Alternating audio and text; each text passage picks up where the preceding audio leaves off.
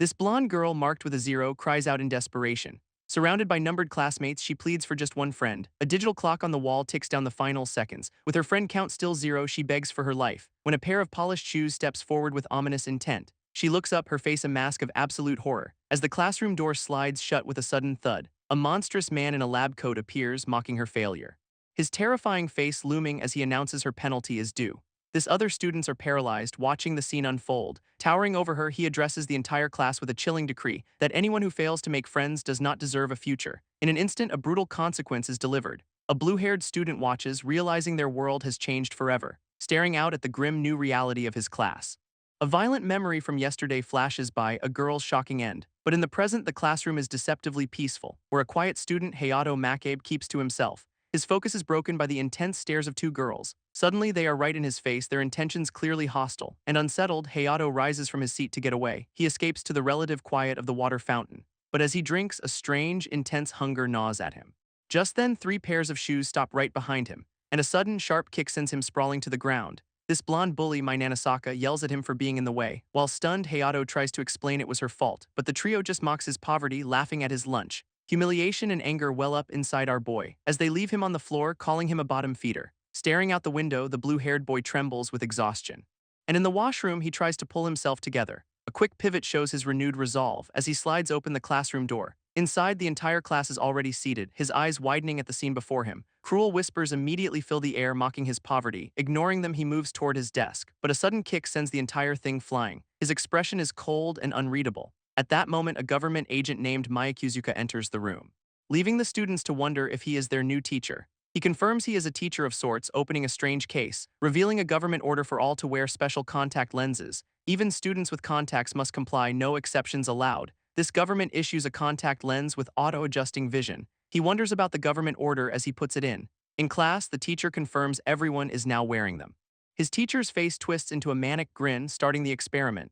A confused student questions what this experiment is about. Suddenly, his vision glitches, revealing something new. He can now see numbers floating above everyone's head. This teacher reveals the numbers are a friend counter, declaring them all test subjects in a friendship culling project. This deadly game is confined only to their classroom. A crucial rule is set: no making friends outside the class. A clock on the wall shows a timer counting down, because in 24 hours a terrible consequence awaits. A smug classmate reveals the horrifying rule: the lowest number dies, and the teacher confirms it, setting the deadline for tomorrow. A student shouts in disbelief at the rules, while another classmate frantically tells him it is no joke, but he dismisses her warning, trying to remove the lens. Determined to pull the strange device from his eye, a strange pattern suddenly appears in his iris.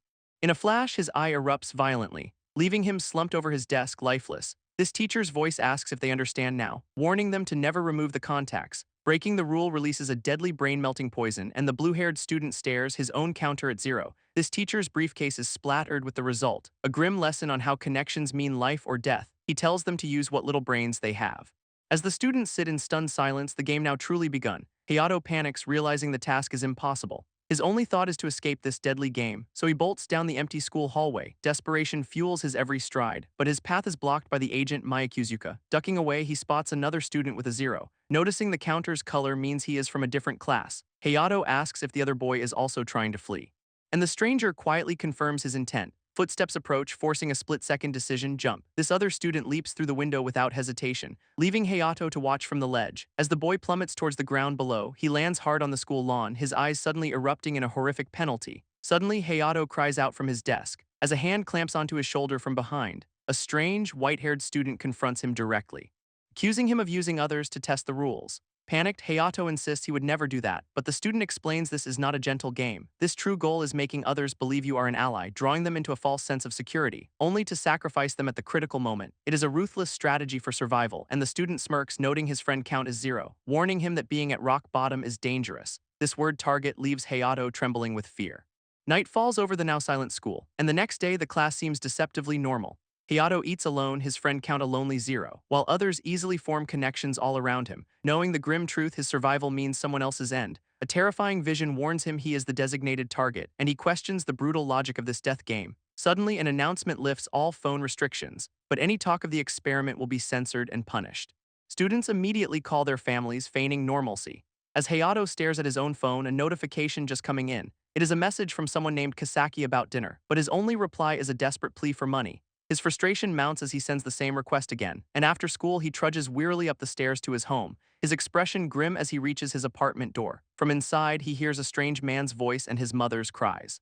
He listens as his mother begs for fortune, frozen at the door, unable to process the scene. Inside, she is in a trance, a strange man looming behind her. This man performs a bizarre ritual claiming to store luck. Turning, he greets Hayato with a sinister smile, offering a blessing to the stunned boy. His mother thanks the man, completely oblivious. A young girl sits silently in the corner, watching it all unfold. She quietly greets him, calling him Big Brother. This man's unsettling gaze then shifts to the girl, Kasaki. He invites her to his dojo to store fortune in her body, while his mother encourages it, caught up in the scam. Then the man turns back to Hayato, asking about school, suggesting it is time for our boy to join their ritual, demanding a religious offering with a manic look in his eyes. His mother desperately clutches the money, insisting it is for Hayato, but the man snatches it, telling Hayato to start earning for their cult. He then tells a young girl named Kasaki to follow her mother's example. Grabbing her, Hayato frantically warns her to stay away from the dojo, terrified of what the cult members will do to her. Suddenly, his mother screams at him in a rage, her hand striking him with furious, indoctrinated force. Stunned, he listens as she questions his defiance, ranting about a miserable life if he does not store fortune. His thoughts spiral, his parents in a cult, no money, no friends. And now he is trapped in a death game, utterly alone. A kind message from Kasaki appears on his phone, but his only desperate reply is a plea for cash. His mind racing with a single terrifying thought: what about Kasaki? Her reply comes in, a simple message of reassurance. With a zero above his head, Hayato vows to survive. Exhausted in the classroom, he decides to wash his face. Down the empty hall he walks, heading for the washroom, but a sudden encounter stops him in his tracks. It is a classmate, Ami Shirano, with a friend count of 3. They stand awkwardly outside the women's restroom, and Hayato turns to leave, clearly uncomfortable, but a thought seems to stop him cold. Ami makes a surprising offer to be friends. This question leaves Hayato completely stunned, her with 3 friends and him with 0. Just then, 2 other girls grab Ami from behind. Her friends pull her away, their own counters high, telling her they need to talk about something important. Leaving Hayato alone outside the men's washroom. Still reeling from the earlier confrontation, Hayato is confused, but he steps back into the classroom with grim determination. Inside, other students laugh, their friend count's already high, so he desperately approaches a classmate to talk. His attempt is immediately shut down by the blonde bully Mai, and Hayato tries to explain he needs friends to survive. She just mocks him, asking who would ever befriend him. Holding up a charm his mother sold to her family, this exorbitant price leaves Hayato speechless. As Mai accuses his mother of destroying her happy home, she claims the woman seduced her father, causing their divorce. He can only apologize, insisting he did nothing wrong, but Mai reveals the charm's disgusting contents, a fingernail. She furiously accuses him of ruining her family's happiness, suggesting his death would bring good fortune to them all. This school clock tower looms under a clear sky. A digital timer displays a countdown, 00:58:57. Hayato panics, seeing others suffer the same fate. A blonde student asks to borrow a book board. This other student replies she will lend it after reading. This blonde friend demands the book, threatening friendship. She insists friends must be cherished, holding the book. 2 girls discuss Mai's unpleasant borrowing habits. Hayato laments his impending death and their trivial worries. He cries out, having no idea how to avoid dying. Hayato offers Mai manga, knowing it is old but fine. He searches his desk, confused, asking where it is. He asks if it is not there, his eyes wide with shock. He frantically searches his desk, his manga gone. Hayato despairs, realizing his manga has vanished. This 0 above his head flickers. It was here yesterday. He questions the mentality of stealing in this situation. Mai's friend count is 0, while others have higher numbers. Hayato's 0 friend count is highlighted as the others gather. This girls discuss manga, but she was not reading what she took. A timer shows 14 minutes left. I need to change the flow. She still has not returned the electronic dictionary. Hayato's eyes glow. Maybe, he ponders, his hand reaches for his phone, the screen lighting up. He stares at his phone, a notification appearing. He asks if the electronic dictionary had a name on it. Ami Shirano asks, how do you know that? Hayato shows his phone, sold for 2,000 yen. This girl screams, that is mine, the name was erased. This charm contained a fingernail, a disgusting reveal. Mai accuses the blonde girl of selling her electronic dictionary online. This blonde girl feigns ignorance, asking what Mai is talking about. Mai shoves her phone forward, demanding to know if the account is hers. Another girl warns that going against Mai will be scary later. This blonde girl reacts with disbelief. What? No way. She then reveals the item Mai is upset about is a DVD set she lent her. This blonde girl's anger escalates, claiming Mai sold her favorite artist's signed manga. She asks Mai if she has any proof the account is hers. A male student steps between them, asking to see Mai's phone. He shows a screen displaying a manga titled Activation Weapon Madara, limited to 100 copies. This dark-haired girl notes the purchase notification sound just occurred. This blonde girl, now enraged, is shown with a glowing aura.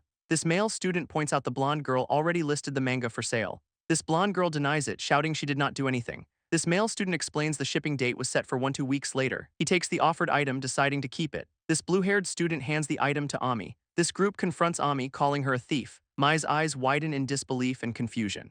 The students decide to end their friendship with Mai. This red-haired boy reveals Mai initiated ostracism. Mai expresses fear and disgust at the situation. Ami's friend count plummets to a dangerous one. This red-haired boy bids a chilling farewell. Ami screams in terror as her count hits 0. A timer appears, counting down the remaining time. Mai yells accusations of betrayal and deceit. This girls complain about Mai's past behavior. This blue-haired student expresses a wish for separation. Ami collapses, blaming herself for her fate. Ami Shirano smiles, feeling strangely refreshed by the chaos, and she turns to Hayato asking to be friends once more. This sudden offer leaves our boy completely stunned. Then another girl with a count of 2 makes the same request. Hayato's friend count jumps to 2, a wave of relief washing over him. But Mai the bully watches with pure, unadulterated rage. Her own counter hits 0 as the timer ticks down ominously. Panic consumes her, her face contorting in a terrified scream. Now on her knees, she begs her former friends for another chance, but they coldly reject her, wanting nothing to do with her anymore. This former queen bee is left shocked on the floor as Hayato watches, desperately pleading for anyone to save her from her fate. She begs the entire class, but no one moves to help her. With only 17 seconds left, the other students just watch in fear. In her final moments, she promises anything, her pleas echoing in the silent room. This classroom door slams shut with a bang. As the game master appears, mocking their inability to control fate, Mai's friend count locks at a terrifying 0, and a violent energy erupts from her body. Hayato watches, relieved he can see Kasaki again, but the game master gloats over their petty downfall. Hazmat-suited figures arrive to clean up the scene, zipping up the bag on a girl who lost everyone's trust.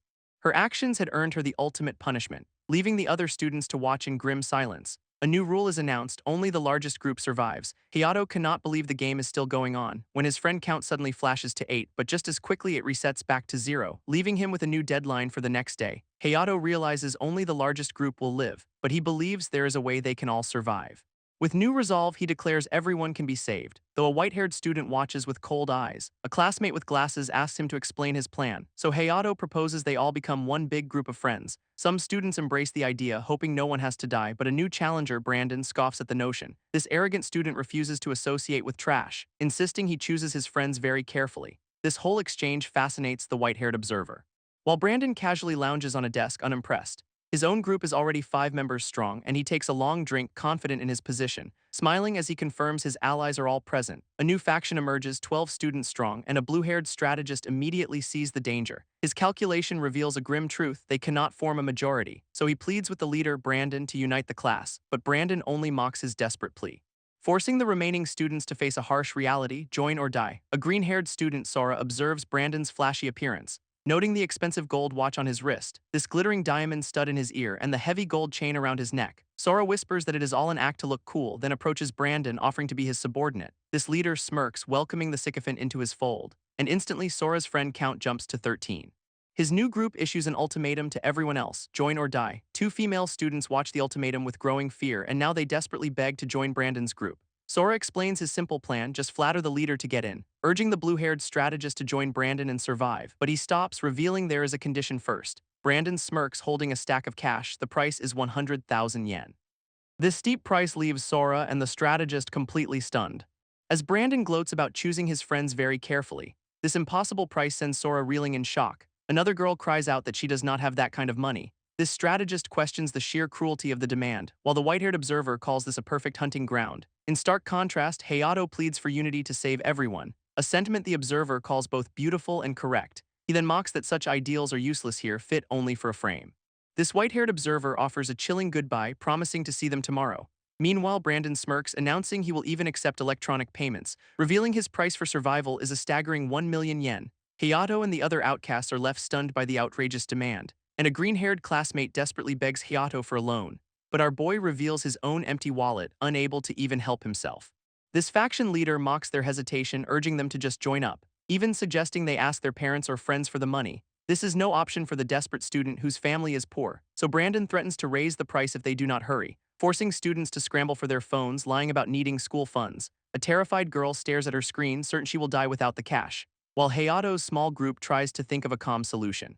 This grim reality sets in. Brandon's group is undeniably the largest, but Hayato sees a path to victory: unite and poach 2 of Brandon's members. Brandon smirks, confident in his power over the class, claiming it is impossible to pull anyone from his group. A purple-haired girl shows the strategist her phone, revealing a post of Brandon surrounded by expensive watches. This strategist is stunned, questioning the source of Brandon's fortune. She explains the rumors of a pyramid scheme he runs, admitting it is just hearsay she picked up.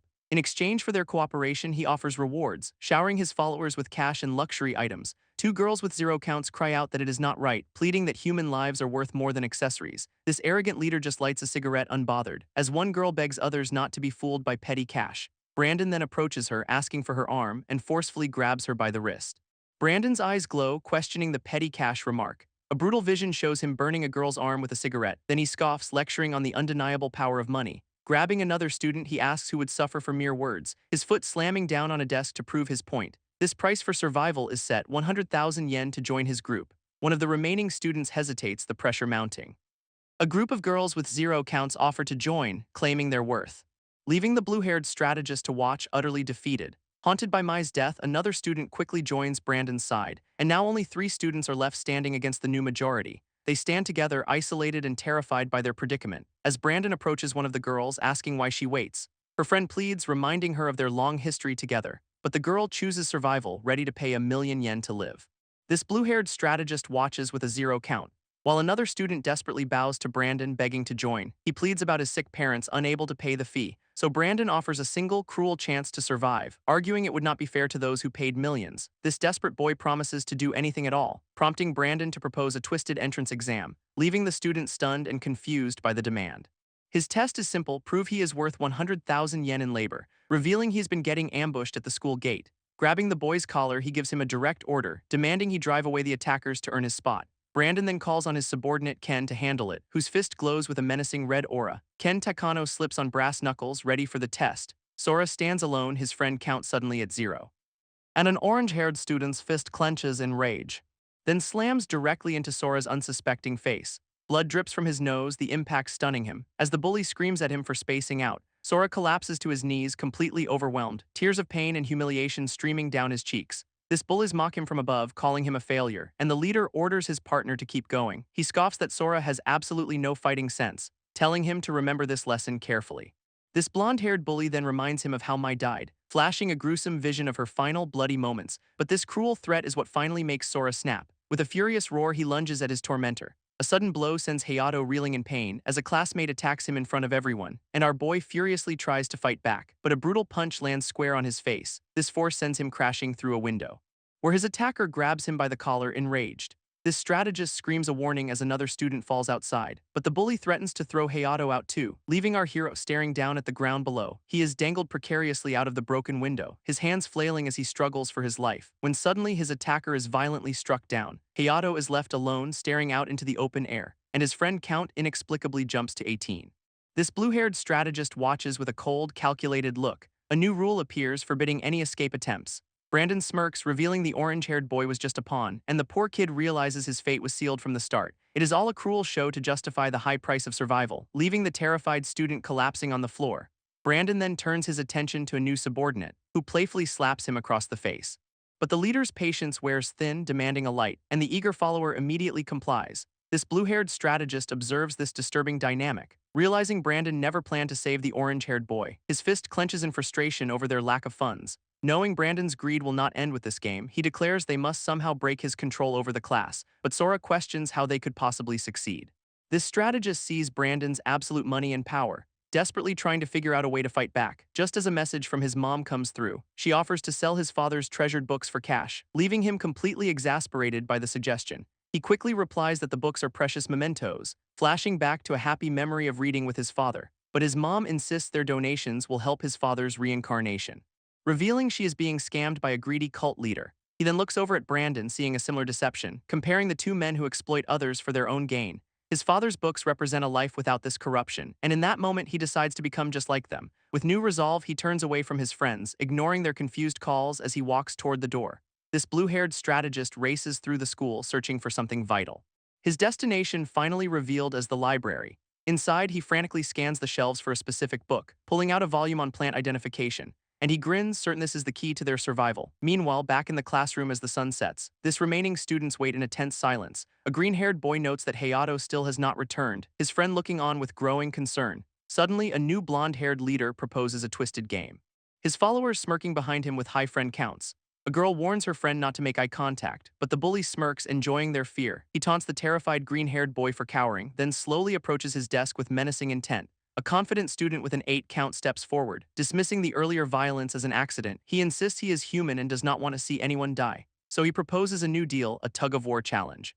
Leaving the green-haired student completely stunned, this challenger assures them it is just a simple game, and as night falls over the school building, a long rope is laid out for the strange contest. His team assembles ready to begin the match, but the green-haired boy protests the uneven teams, pointing out one side has only a single person, a lone girl standing against the entire group. Her classmates are shocked, believing the match will be easy. But the challenger smirks, announcing the players are assembled. He then asks if the other side is ready to begin. Two students enter carrying strange blue buckets, placing the ominous containers on the classroom floor. A green-haired boy demands to know what they are, but Brandon calls them glass slippers for a new game. This strategist realizes the horrific implication, for inside each bucket are shards of broken glass. He cruelly reminds them they have no choice but to wear them. Leaving the two zero-count students paralyzed with fear, his followers watch with sadistic excitement as one of the girls is forced to step into the bucket. Her foot plunges into the sharp, unforgiving glass, her face contorting in pure agony. Brandon screams at her to hurry up and finish the task, leaving her standing on the shards, trembling in pain. He then turns his cruel command to the next victim. This green-haired boy watches in abject terror. As the second victim's foot sinks into the broken glass, with a snap of his fingers, Brandon starts the cruel contest, and a desperate tug-of-war erupts in the classroom. This blonde leader screams at his teammate about the consequences, forcing the terrified girl to promise she will win. Her opponent on the other side pulls with all her might, but the first girl is driven only by her fear of Brandon. Standing on the glass, the two victims struggle to pull the rope. Before losing their balance and crashing to the ground, their feet are left bloody among the sharp shards, just as Hayato appears in the doorway to witness the horror. He stares in disbelief, demanding an explanation for this madness, and learns the boy did it just to join their group. Seeing the brutal outcome, his friend urges the injured girl to escape with him. Brandon's group scoffs that they will come crawling back to survive. So Hayato helps his two injured friends limp out of the classroom, where by the light of a single candle, he carefully removes glass shards from the boy's bloody foot. But his friend has lost all hope, certain he will die tomorrow. This boy argues that staying here means he will never be allowed back into the main group, yet Hayato insists that begging Brandon is not the only way to survive, leaving his friend stunned by this sudden declaration. Standing with a bag, he reveals a plan that will take time. This green-haired boy calls out his name, trying to stop him, but it is too late as the strategist walks off alone. Meanwhile, the clock ticks down, showing less than an hour remains. Left behind, the girl panics, asking what they are supposed to do, and her friend can only respond with despair, feeling powerless. This terrified girl clutches the door, refusing to die like this. Brandon's followers swagger into the classroom, their high counts on display, and their leader smirks, gloating that he was right all along. This remaining students wonder where Hayato has gone, fearing the worst, when one of the girls desperately calls out to Brandon, begging to join his group and take any entrance exam. He then turns his cruel gaze to the green-haired boy, who realizes groveling is his only path to survival. With tears streaming down his face, he too begs for a chance. And a pair of pliers is suddenly thrown before them. Their horrific task is revealed: peel off each other's nails, as the subordinate gleefully announces the exam has begun. But just as the torment is about to start, Hayato appears in the doorway, refusing to participate. He stands there calmly, ready for what comes next, leaving his classmates stunned by his sudden return. A terrified girl begs Hayato to join their pleading, as he stands firm with his fellow zero-count students. This green-haired boy insists they had no other choice, both kneeling before a pair of pliers on the floor. But Hayato joins them, telling them to stay in his group. He tosses the pliers aside, saying it is unnecessary now. This defiance enrages the blonde-haired leader, who kicks over a bucket, demanding to know what he means. Hayato calmly clarifies he is talking about his own friend group, leaving his opponent seething with rage, who then threatens a gruesome end for them all. With a furious shout, he hurls a water bottle, aiming it directly at the strategist's head. But Hayato does not even flinch as it lands nearby, declaring his group will soon become the largest. Hayato offers the rival group a final chance to switch sides, but a furious student refuses, saying they paid for their high count. This blonde leader's subordinate scoffs at the numbers. His group has 8, Hayato has 3. With a smirk, Hayato insists that reality is about to be reversed. Reaching into his jacket for the bag he brought earlier, he then calls out to a single student named Ken. Brandon's followers watch in confusion, asking where he is going, as our strategist walks directly toward the orange-haired boy. Extending a hand, his team's friend count suddenly jump to 4, leaving the remaining students completely bewildered by the change. This second-in-command furiously demands to know what Ken is doing, but the boy simply leads his own faction away from the group. A new ally with a 9 count reminds Hayato to keep his promise, while his original friends stare in awe at their new count of 8. This remaining bullies panic as their own numbers plummet down to 2. Brandon's furious subordinate orders them not to move. He demands to know how they will get away with this defiance, but a gold ring is suddenly tossed at his chest. A former follower declares his debt is now paid, another student removing the bracelet that bound him to the group. One by one, they begin to return their gifts, placing their accessories on the desk as a sign of leaving. This bully watches in shock as his ranks begin to thin, while his remaining followers cannot believe the betrayal. Hayato notes there is less than 20 minutes left, questioning their timing. A spiky-haired student asks if he will take all of them, his confusion growing at Hayato's sudden rise in power. Two more students with low counts beg to join his new group, and Hayato calmly agrees to their request, leaving the spiky-haired boy to realize his own crew is all that is left. A girl from the opposing group steps forward with sudden resolve, begging Hayato to let her and the others join his side. With a confident smile, he welcomes them into the fold, leaving Brandon utterly alone against the newly formed alliance. This bully stares in shock as his friend count plummets to 0, while Hayato reveals his last-minute plan has succeeded perfectly. His friends are ecstatic, their faith in him completely rewarded, this green-haired boy even teasing his friend for ever doubting their leader. Hayato simply smiles, understanding their earlier desperation. Suddenly, one of Brandon's former followers grabs him in a rage, his grip tightening on the now powerless bully's collar. This student mocks Brandon's pathetic struggle for control, reminding him the odds are now 20 against 1. Brandon chokes, completely at the mercy of his old subordinate. As Hayato's new group watches the tables finally turn, Brandon, now at 0, begrudgingly admits defeat, but Hayato responds with a cold, knowing smirk, then adds a single, chilling condition to his acceptance, declaring that he is the one who chooses his friends now. This sends the former bully into a furious rage, as his old followers suddenly turn on him, one girl accusing him of forcing her to fight her best friend. Others join in, demanding their money back from the scammer, leaving Brandon cornered and desperate for the condition. So Hayato demands he hand over all of his money. This blonde leader stares in utter disbelief, protesting that even he was not that cruel of a thief. Hayato then presents the pliers, offering a painful alternative, forcing Brandon to stare at the instrument of torture, his hand clenching as he weighs his terrible options.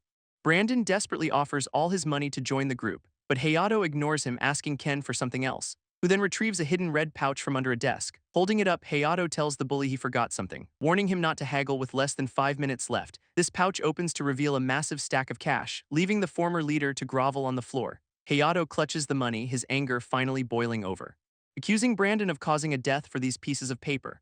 He towers over the bully, questioning if money is worth more than life, as Brandon can only stare up in terror, completely broken. A stark reminder echoes, life is not a toy. Hayato tells him a true friend would understand that lesson. At that moment, the clock strikes 0, and his friend weeps, overwhelmed by the ordeal's end. This new ally stands firm in his decision, while Hayato's friend processes their narrow escape.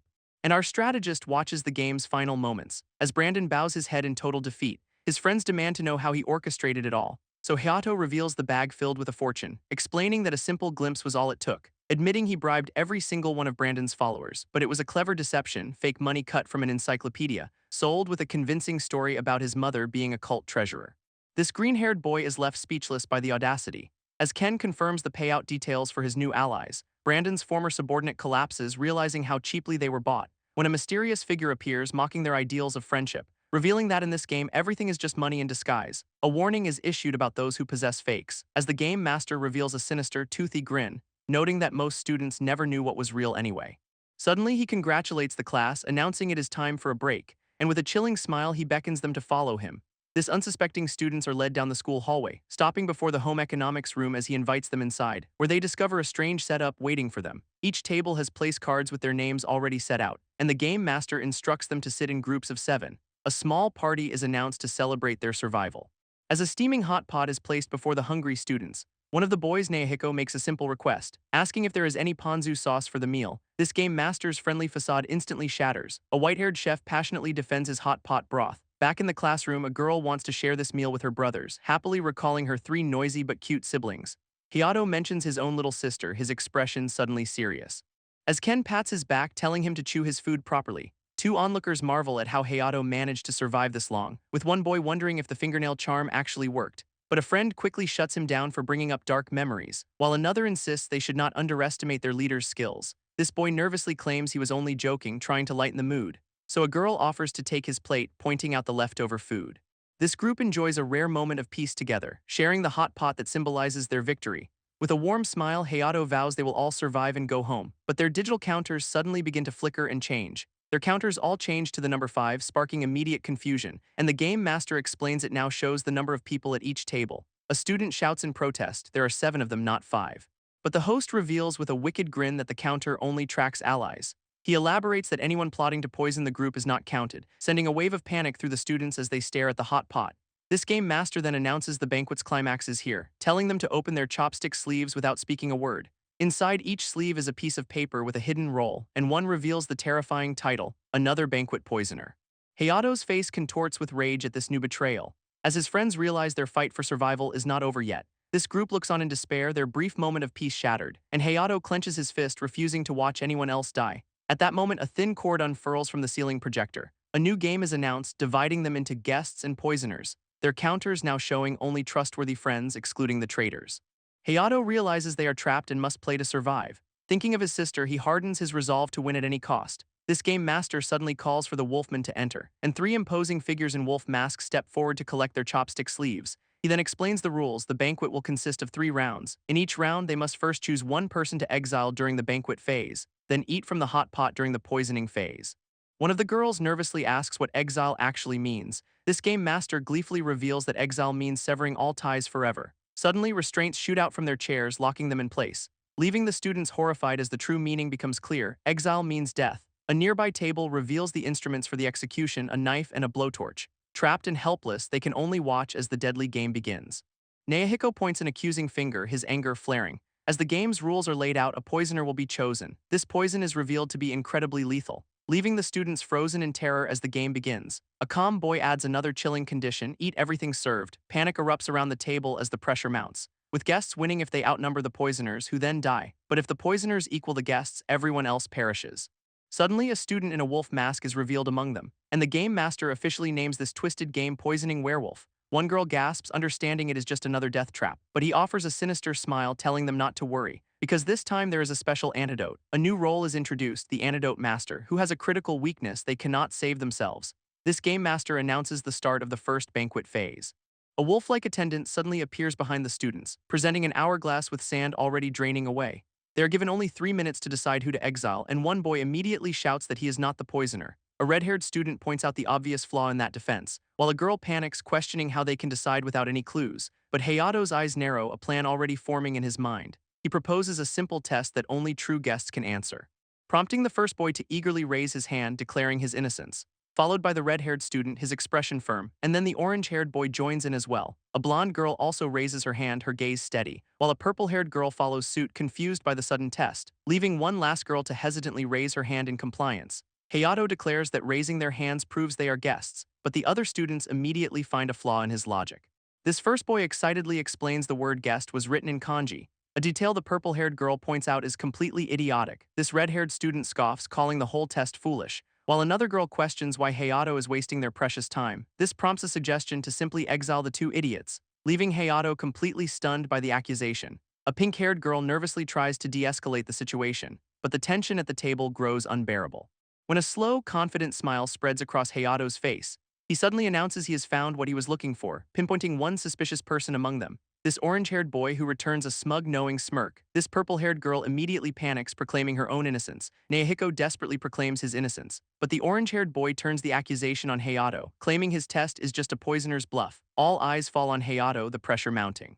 But he calmly states he was a guest from the start. This orange-haired boy demands to know the test's purpose, and Hayato explains his plan had 2 objectives. First, a real guest would act without hesitation, meaning Naohiko, who was first, can be trusted. Vindicated, Naohiko celebrates his new alliance, while the blonde girl finds the whole thing idiotic, but securing even one ally is a crucial first step, which brings Hayato to the second part of his test.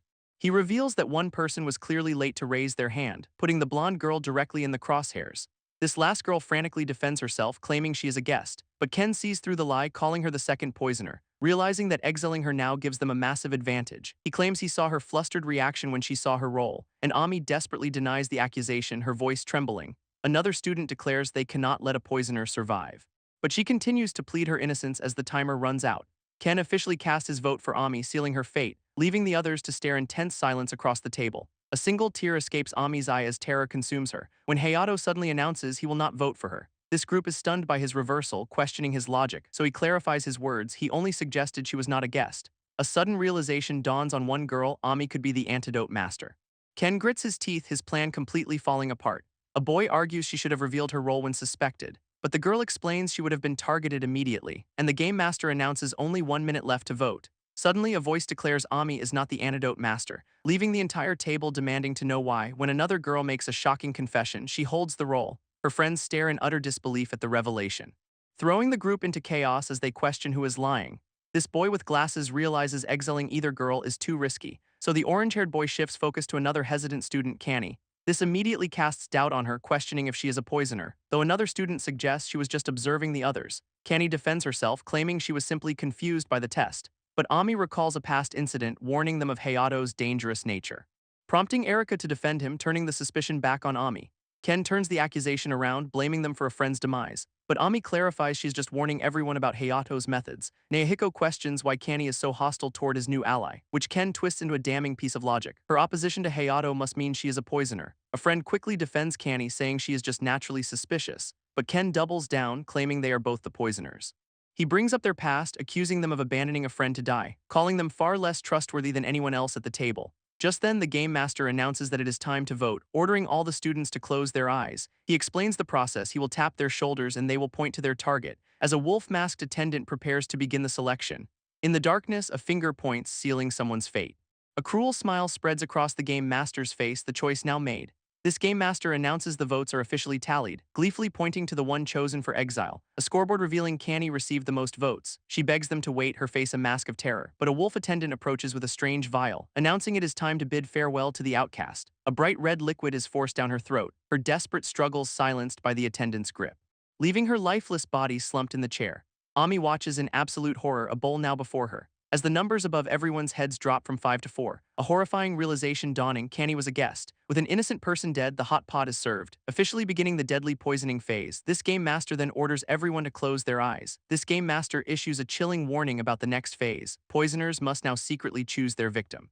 In the darkness, a finger points with sinister intent, revealing Ken as one of the killers, his target chosen. With eyes closed, the students await their fate, completely unaware. This game master confirms the poisoning target is locked in, then taps the antidote master to choose who to save. A lethal poison is dropped into one of the bowls, and the students are commanded to begin their deadly meal. One boy stares at his bowl, the grim reality setting in. Hesitantly, they all begin to eat the potentially fatal food. Hayato and Ken exchange a tense glance as they eat, each one knowing a single bite could be their last. Silence falls over the table as they await the outcome, until Hayato realizes the antidote master has saved someone. Naohiko celebrates the antidote master's power, seeing them as invincible. But Ken seethes in the shadows, his assassination plan a failure. This second banquet phase begins, forcing another vote for exile. When a student screams in horror, revealing Canny has died, he immediately turns on Hayato, blaming his foolish test for her death.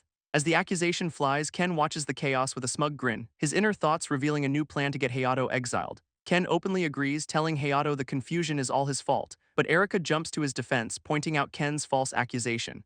Another girl retorts that Hayato's trick made the mistake inevitable. While a blonde student demands Hayato apologize for the chaos, Hayato looks up, asking Sae directly if she will vote against him. This red-haired boy shouts back that of course they will, fueling Ken's silent satisfaction as his new scheme unfolds. Hayato then confronts Ken, asking if he is part of the plot too. Ken claims he will vote for Hayato to atone for Canny's death, leaving Hayato stunned as the votes against him stack up. He desperately looks toward Erika for support, but she furiously declares she is voting against him too. Hayato's mind races, questioning if Ken is a poisoner. As another student erupts, tired of his confusing games, Erika confirms her decision with a hand on her chest, screaming that she does not know who to trust anymore. A red-haired girl agrees, refusing to be fooled again, and Hayato's eyes narrow, seeing the trap close around him. He turns to Naohiko with a shocking confession: he is not a guest. His new ally stares in disbelief, demanding an explanation, while the rest of the table questions Naohiko's allegiance. Hayato tells him it is fine to vote for his exile too, as Ken grins, counting 4 votes to seal Hayato's fate. Hayato asks for one last word before they exile him, and the entire table listens with suspicion, his mind flashing back to the deadly hot pot, then makes a shocking declaration: he is the poison taster. A girl immediately scoffs, calling it more nonsense. While Naohiko demands they ignore him and proceed with the exile, but Hayato explains the role's ability, revealing he was tapped last round, letting him point to one person to check their role. Ken realizes the implication. Hayato learned that person's identity and discovered they were a poisoner. A wave of shock and suspicion washes over the table, as Ken immediately demands to know the poisoner's name. Hayato calmly states he has one request first, pleading for the antidote master to protect him. He knows that once one poisoner is exiled, the other will surely target him next. Naohiko praises Hayato's insight, asking him to name the poisoner, and with cold certainty, Hayato declares the poisoner is Ken. But the accusation backfires, with Sae demanding Hayato be exiled for the lie. Ami suddenly shouts for them to wait, revealing Hayato might be the taster. This last-minute claim is immediately met with suspicion from the others, though Hayato explains it was the only time he could safely reveal his role. This game master announces only 1 minute remains to vote, sending Sae into a panic as he screams for Hayato's exile anyway. This sudden turn leaves Naohiko completely confused, unsure who to trust. So Hayato turns the tables, asking who first targeted Canny. A flashback reveals it was SAE who cast the fatal suspicion, and with time up, the game master officially calls for the vote. A finger points in the darkness, casting the first ballot. As the students wait, mentally preparing for the grim outcome, another vote is cast, sealing a player's fate for good. This game master announces the next victim is chosen, revealing Ken has received the most votes for exile. Ken stares in disbelief, his plan completely backfiring, slamming his fists on the table in a fit of rage. Suddenly, a strange device before him begins to glow, its purpose revealed as a gruesome hand mixer. Held by a wolf attendant ready to carry out the sentence. His desperate screams echo through the room, until the attendant coldly announces the severance is complete.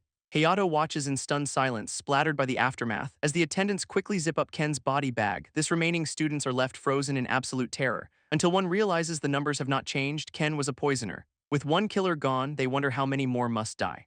While a monitor displays their grim reality for unseen observers, a furious vice principal slams his fist down, demanding answers, telling the principal he cannot approve of this deadly experiment. Determined, he storms off to confront the person in charge, only to be blocked by a mysterious man in sunglasses. He tries to push past him, reaching for the door, but the man is already waiting on the other side. A chilling warning is issued, he is being watched too. Suddenly, a sharp blow to the neck takes him down, leaving him helpless before two suited enforcers. He lies on the floor, completely at their mercy. One of the men pulls out a rope with a sinister grin. Back at the table, the remaining students sit in silence, as SAE realizes with dawning horror that Hayato was right all along, and a hand rests on Hayato's shoulder in support. Nehiko smiles, glad he put his trust in the right person.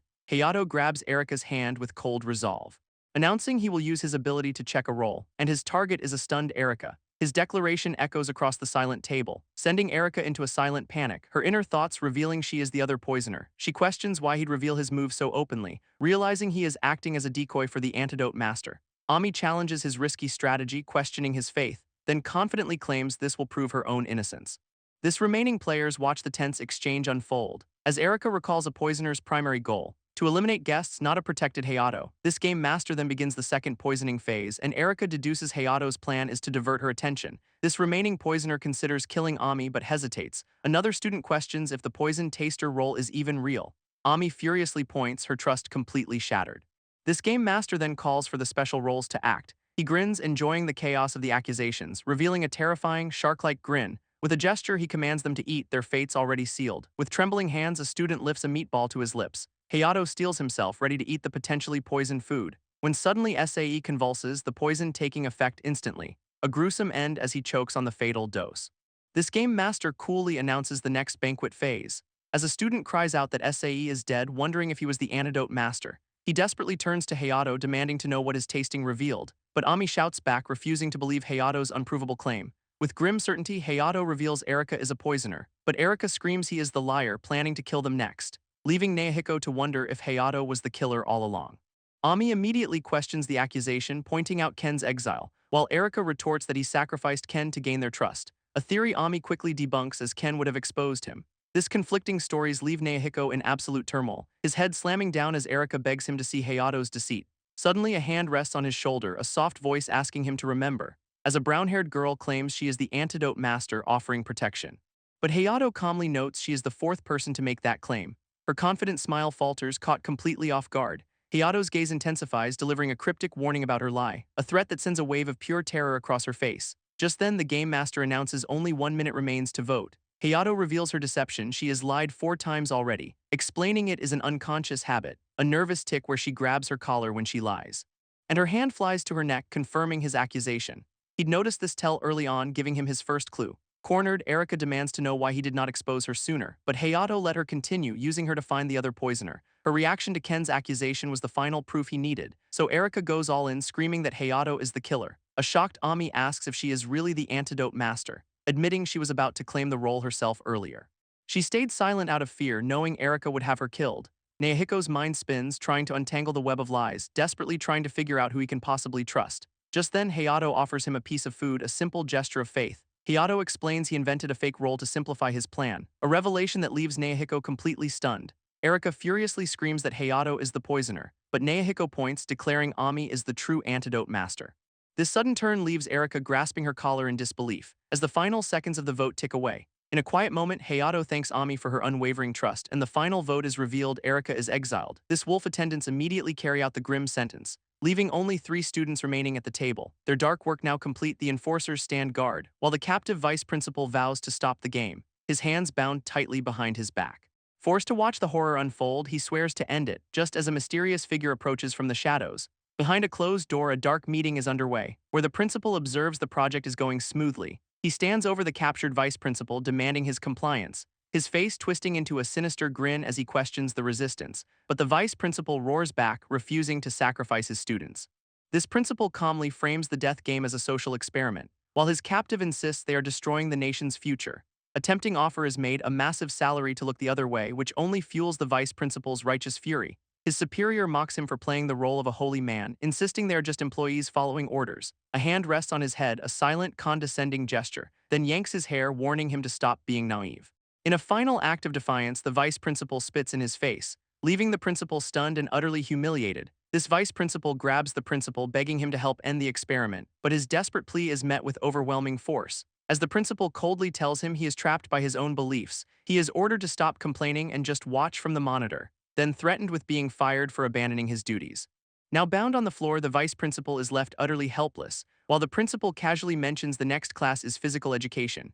Nearby, a purple-haired teacher watches, realizing she cannot stand by. Seeing the vice principal's complete and utter defeat through a window, he curses his own powerlessness on the cold floor, until a glint of glass near his bound hands offers a sliver of hope. A memory suddenly surfaces. The manual had a failsafe clause, a set of conditions to stop the game if he can just implement them. With newfound resolve, he prepares to make his move. Elsewhere, a teacher runs through a hallway filled with desperate pleas for help. This vice principal remembers the failsafe clause. A fire could be the disaster needed to stop the game, so he grabs a can of gasoline, ready to act. But a voice from the shadows stops him cold, revealing a white-haired man with a chilling presence.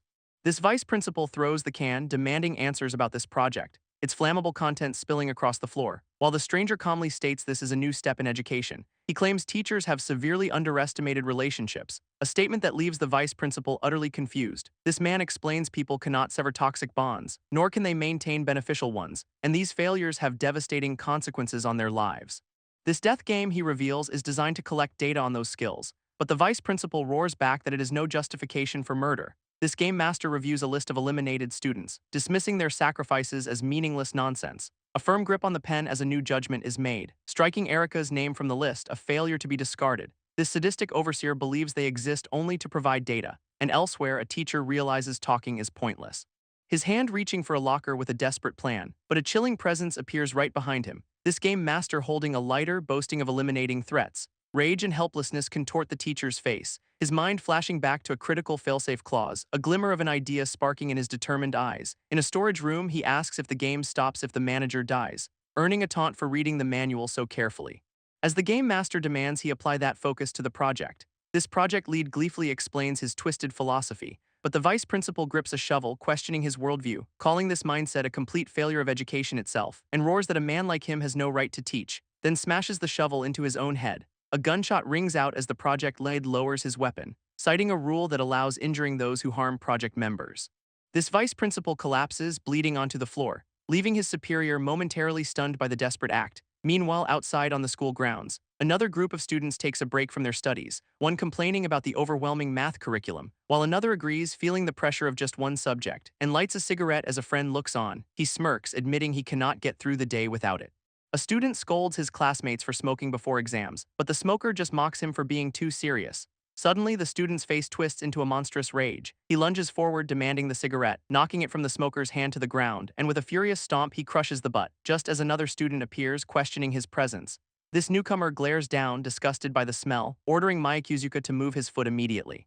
He then shoves Makuzuka out of the way with ease, reaching down to pick up the broken cigarette, only to place the filthy butt in his own mouth. Makuzuka's monstrous teeth are bared in utter disbelief as the bully orders the entire group to follow him, leaving the smoker to realize they can all deny everything. Makuzuka is dragged away, pleading his innocence to the teacher. His destination is the student guidance room, where he waits nervously for his turn. This door finally opens for him, and another student tells him he is up next. Watching the other boy hurry away, he hesitates, then enters the room to face the teacher inside. This teacher greets him with a knowing, accusatory look, revealing all three students blamed him for smoking. Makuzuka's rage resurfaces in utter disbelief. He slams the table, denying everything vehemently, but the teacher points to the damning evidence under his shoe. With a smug grin, he calls Makuzuka an addict, who grabs him by the collar, enraged by the false accusation. Cornered and desperate, he begs the teacher to believe him. A student in a tracksuit is sent flying through the air, while a superior declares that sacrificing students is unforgivable, a statement that leaves the game master momentarily stunned. His phone suddenly rings, interrupting the tense silence, as an operator addresses him as Commander Makuzuka, summoning him to the monitoring room for a call from headquarters. Leaving the vice principal bleeding on the floor, he calmly agrees, and soon arrives in the high-tech control center, using a keycard to access the main console. He takes the call, asking for a status report on the data collection, but his superior questions if the games are too severe, causing Makuzuka's face to twist into a monstrous snarl as he dismisses the deaths, insisting they are a necessary byproduct of the friendship culling project. This voice on the line reminds him of his authority over the game, warning him to ensure the outcome is more than just a mountain of corpses. This game master manically reports their data collection is a success, vowing to dedicate his entire life to the project's completion. A subordinate then enters the room, asking for a moment with the commander. Expressing concern for the student's deteriorating mental state, she presents a prepared list of PTSD specialists. But he furiously rejects her proposal, claiming it would taint the data. Scoffing at her concern, he dismisses the game's severity, insisting that data from a soft environment is useless. To prove his point, he downs an entire bottle of pills, his eyes wide with manic resolve as he commits to the task. He then turns and walks away, his purpose clear. While on the monitor, the few remaining students sit in silence. One of them, Sora, takes in the empty seats, wondering who is left. This bully from before approaches, taunting him for surviving without Hayato, but the girl with glasses fiercely defends him, calling Sora her protector. In another room, a different group of students celebrates their victory, while a blonde student scoffs at how carefree they seem. Just then, an announcement declares the next class will be team-based. Holding a plunger, the student grimly accepts this is not over, and the remaining survivors are ordered to the gymnasium. Arriving at the court, they find another group already waiting, leaving Hayato to wonder what new horror is planned. A white-haired man in a long coat bounces a basketball on the court, his sharp-toothed grin revealing a chilling presence. He prepares to make a shot, then asks the students if they enjoy the game of basketball, revealing this new challenge is called 3 Dead 3. This students realize this is the team-based physical education game, as the sadistic host prepares to explain the rules. Summoning 2 enforcers in full fencing gear to the court, this host explains the game's premise: 3 teams, 1 goal, and a court diagram reveals the scoring zones for 2 and 3 points, while standard violations like double dribbling are outlined, resulting in a turnover to the opposing team. Malicious fouls also grant the other team free throws, and the first team to score 2 points wins, but there is a catch. This game is about far more than just scoring points. For instance, if a player misses a shot, this host reveals the horrifying consequence: that student is eliminated. This students process the lethal rule in absolute horror, so one student suggests a simple solution: just stay on the bench. But the host smirks, explaining that substitutes are not safe either, because when an opposing team scores 7 points, a substitute is killed. One student screams that the rule is unreasonable, like taking hostages. And the moment an enemy team reaches 22 points, all substitutes are eliminated. This student with glasses curses the impossible odds, knowing that if their team loses, most of them will die, a fate he is determined to prevent at any cost. This host reveals a crucial rule: a 3-pointer forces a player swap, giving them just 5 minutes to prepare for the deadly game. As they receive their jerseys, the tension is palpable, his mind grasping that their very lives depend on this game. He quickly asks a teammate named Brandon about his experience, who confirms he at least understands the rules from street ball. This ball is then passed to a green-haired student, who admits he quit playing in middle school due to his height. A teammate suggests Sora should be on the court instead of him. Suddenly, a flash of movement cuts across the court. It is Sora snatching the ball with surprising speed, but her teammate immediately points out her dribbling form is all wrong. This blonde student sinks a perfect shot, stunning her teammates with her natural skill. Ami reveals she was a regular player in middle school, while the girl with glasses admits she's just a novice. This question then turns to the other 2 members, one admitting this is her first time even holding a ball. Her partner agrees, finding the ball difficult to handle, and their inexperience earns a taunt from the opposition. A look at the scoreboard reveals they are already losing. But the blue-haired student tells them to watch closely. An opposing player with light blue hair easily dodges his defenders, effortlessly sinking another basket for his team, leaving his own teammates completely stunned by his talent. This ace player just wipes away his sweat unfazed, until a hand suddenly grabs his shoulder from behind. A pink-streaked player asks for an alliance on the court, promising a date if they both survive the game. An opponent notes his team is just him and a group of girls, a fact that leaves another student completely stunned. This other team recognizes Ami from Class 1, wary of her partner, and questions the bloodthirsty aura from his female teammates. These girls are revealed to be his fanatical fans, the Eaters, who see him as a prize to be possessed and consumed, creating a tense rivalry between his chosen partner and his followers. These predators are all targeting the opposing player, Amma. With the game underway, the scoreboard lights up, and a hooded enforcer summons 3 players to the court. This pink-streaked player gestures to his two teammates, revealing the third member is being chosen by rock, paper, scissors. His opponents realize this match will be anything but straightforward. A pink-haired teammate tells Hayato she is ready to fight, and Brandon volunteers, confident in his height and strength. Sora is suggested for the final spot but nervously refuses, making Brandon realize their opponents look ready to kill. This rival team stares them down with cold, murderous eyes. Desperate, his ally asks Hayato to help like in the werewolf game, and though he has no experience, our boy agrees to try. Suddenly, the host announces one final twisted rule, explaining a counter above each player will track their score. When all players' scores match, the next point is worth 5 times as much.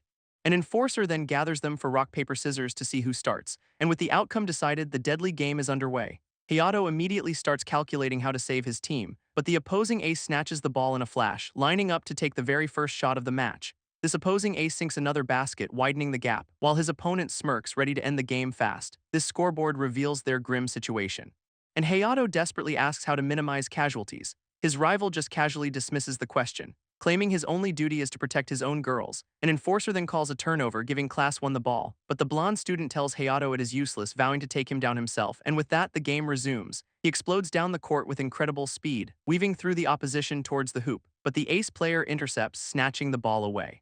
Possession changes hands, forcing a new defensive matchup, where Hayato is easily juked out of position, leaving the path to the basket completely undefended. This student with glasses realizes the skill gap is immense. While Ami drives to the basket, calling for a follow-up, he goes for the shot, but a blonde player leaps to block, her face a mask of pure determination. At the last second, the pink-streaked player assists his shot, guiding the ball perfectly through the hoop. These two celebrate their successful teamwork with a high five, a brief moment of gratitude for the saved play, but one of his fanatical followers glares, telling her to back off. On the bench, a player panics as the score nears the 7-point elimination mark. His teammate's suggestion of a foul is too risky as it would kill their substitutes. Meanwhile, Ami seems to praise his teammate Mihane, only to viciously strike her across the face, screaming that he is risking his life while she does nothing. Terrified, she insists she can contribute, urging him to pass her the ball. This pink-streaked player decides he must support his teammate Mihane, calming his other feuding teammates with a confident smile, and ordering them to simply follow his movements on the court. But his arrogance immediately earns a rival's scorn. On the court, a player struggles to get the ball to Ami, realizing her defender makes any pass seem impossible. So the player in glasses pushes forward, calling for an opening, only to find Ami completely boxed in by 2 defenders, her guard taunting her with a condescending smirk, making his telegraphed pass an easy interception, leaving him stunned by the sudden turnover, while the blue-haired defender lunges, determined to make the play. But a massive opponent moves in to shut him down, unleashing a powerful defensive move to block the path, smashing the ball to the court with overwhelming force. This deflected ball bounces directly off Hayato's head, but his teammate dives, determined to recover it, securing possession and immediately lining up a shot as the opposition scrambles to shut down the play. A purple-haired defender closes in, ready to block, planting her foot firmly to make a decisive move. Instead of a block, she deliberately trips her opponent, an act that leaves her own teammates screaming in disbelief. This defender hangs her head, silent and dejected. Her expression, however, shifts to cold determination. Ignoring the foul, she sprints past her fallen rival, then viciously shoves her back to the ground. This leaves the shooter sprawled on the court, and the enforcer's whistle immediately signals a foul. Hayato rushes to her side, but she insists she will make the shot. A teammate screams she is dragging them down, while another questions his ally's loyalty on the court. This pink-haired girl erupts in fury, shouting at them all. Amid the chaos, the ball sits waiting on the court, until a player steps up to take control. Believing this one shot can turn the tide of the game, her teammates get in position, ready for a rebound, as the opposition prepares to defend the basket. Their ace vowing Hayato will die if she misses this shot. All eyes are on her as she stands alone at the line, her hands steadying the ball for the crucial throw, and with everything on the line, she lets it fly, leaving her teammates to watch with desperate hope. This ball soars through the air, aimed for the hoop, but it clangs off the rim, sending everyone scrambling for the rebound. Ami stares in horror, her score counter frozen at 0, while Ami shouts for his partner to stick close to him. Hayato races back, realizing the situation is dire. With Ami's life on the line, Ami takes a crucial shot. This student with glasses leaps high for the rebound, only to be overshadowed by the pink-streaked rival. He is suddenly boxed in by 2 opponents, trapped and vulnerable, but miraculously comes down with the ball in his hands. His teammate mocks his lanky build, calling it a liability, and Ami immediately closes in, ready to strip the ball away. This pink-streaked player is already sprinting toward Ami's position, forcing a desperate choice between a risky shot or a dangerous pass. He throws the ball, but a hand flashes out to intercept it, and Ami cleanly steals possession, turning the tables in an instant. Ami then barks orders at his teammate Kasumi to get under the hoop. Mihane angrily questions her leader's orders, as Ami sees his team is completely outmatched and his terrified teammate refuses to take the shot. so the opposing ace takes possession, moving with blinding speed, blowing past the defense for an open lane, leaving only Brandon to stop the inevitable basket. This shot goes up, seemingly unstoppable, sailing perfectly towards the net, and Mihane just watches it fly by, but Amai declares he will get the rebound. Trying to follow his command, Mihane reaches for the ball, but she fumbles, letting it hit the court, then panics, claiming she had no orders to catch it, an excuse that leaves the ace completely stunned and enraged, just as an enforcer holds up a red card declaring player 2 is dead. This enforcer's drag Amai away, triggering a painful memory of being ignored. Being escorted off the court as his teammate screams his name in protest. Dangling helplessly, he rages that Mihane is the one at fault, his face a mask of pure fury as the final point seals his fate. Blame immediately shifts as the pink-streaked player accuses his teammate of getting Mihane killed. On the sidelines, Hayato's team watches the opposing side completely implode, wondering why a team that survived together would self-destruct now. A strange official then announces a substitute for the fallen player, and this new player, Chihaya, is greeted by her teammate who claims he wanted her in the game all along. Leaning in close, he asks her to survive this difficult game with him, but Hayato's teammates are skeptical, noting she does not look athletic. Another girl jealously brings up Chihaya's famous brother, warning her not to get any ideas. Chihaya simply turns, her expression unreadable in the face of the taunt, then declares she can contribute more than any of them. This sparks an argument, revealing the initial lineup was decided by something as trivial as rock, paper, scissors. This opposing ace boasts she can take them all on alone, while another player fumes at the arrogance of skilled athletes, but Hayato's ally encourages him to take the shot with confidence, promising to secure any rebound if he misses. He worries about being heavily guarded, but she insists he must try. And with the game resuming, he drives toward the basket, only for the ace to immediately move in for a steal, her speed and reach completely overwhelming him, but as her hand makes contact, the ball begins to change, leaving her stunned by the bizarre transformation. This ball slips from his grasp, seemingly acting on its own, now covered in a strange, pulsating substance. A sinister figure then reveals the terrifying truth: the ball is alive. A living entity that judges the player's communication, and in Hayato's hands it weeps over their broken teamwork. This red-streaked player recoils, disgusted by the ball, while Hayato's eyes gleam with intense focus. He takes possession, driving down the court, launching a shot that soars toward the basket. It sinks perfectly through the net for a score. His teammates erupt in celebration, believing they can win, two of them sharing a brief, joyous embrace, only to pull away, flustered and embarrassed. Ami rushes to Hayato, congratulating him on the play, as their blonde teammate notes a three-pointer could change everything. On the opposing side, a player complains about the slimy ball, but Amai warns her to protect his reputation, forcing her to take possession and restart the play, where Amai easily lines up for another shot, but a defender's hands desperately reach to block it. This blue-haired player makes a perfect pass, and his teammate immediately drives for the hoop, going for an uncontested shot, sinking the basket with absolute ease. Her pink-streaked teammate praises the successful play, but his touch is a little too familiar, sparking outrage from his fanatical followers. Their fury then turns on the blonde player, who fumbles the ball under their intense pressure. Knowing one more point means a substitute's death, with new resolve she pushes down the court.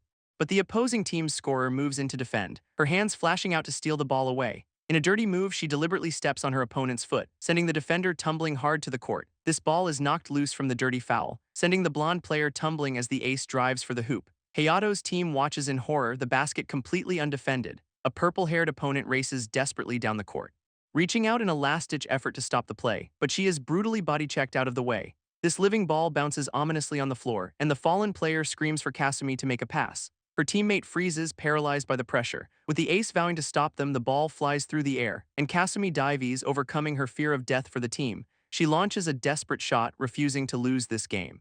Watching as it sails perfectly through the net for a score, Hayato's teammates can only stare, stunned that the basket went in, just as an enforcer raises a fist, confirming the deadly point. This referee calls a foul, invalidating the last shot and awarding a free throw. Hayato encourages the shooter, promising to get any rebound. With a determined nod, Ami prepares for the critical shot, standing alone at the line with the game in her hands. Her feet plant firmly on the court, grounding her focus. Raising the ball high, she begins her shooting motion, and with a flick of her wrists, the ball is released. It soars through the air on a perfect trajectory for the basket, sinking cleanly through the net for a crucial point. A wave of pure relief washes over Ami's face as her teammates rush to celebrate the successful play. This scoreboard updates, sparking hope for a comeback, but on the opposing team, frustration boils over. This red-streaked player furiously blames her teammate for the foul, who fires back, blaming the living ball's slime for her mistake. Chihaya mocks the fallen player with a bizarre taunt, as a teammate explains the 5x score multiplier on the line. Brandon smirks, feeling the immense pressure of the shot, but reminds them they have to steal the ball first, a task made impossible by a towering defender blocking the ace. She fakes a shot, dropping a clever pass to Brandon instead, who catches it while his team questions Chihaya's positioning. Suddenly, Brandon's face twists in pure shock and rage. He fumbles the ball, sending it flying toward the basket. Kasumi catches it out of nowhere, completely baffled by the play, while a furious Brandon stares at his own hands in disbelief. With possession, Kasumi sees an opening and drives to the hoop, preparing to shoot with the strange, pulsating ball. Her face contorts in horror, realizing something is terribly wrong. This ball begins to steam, burning hot in her grasp. He takes a shot, confident his teammates have his back, but the ball clangs hard off the rim, a total miss, leaving him to watch the glowing orb bounce away. This strange, pulsating ball rolls across the court, and his teammate freezes, completely stunned by the failure. This pink-streaked rival smirks, refusing to touch the hot ball as the sinister official condemns the pathetic play.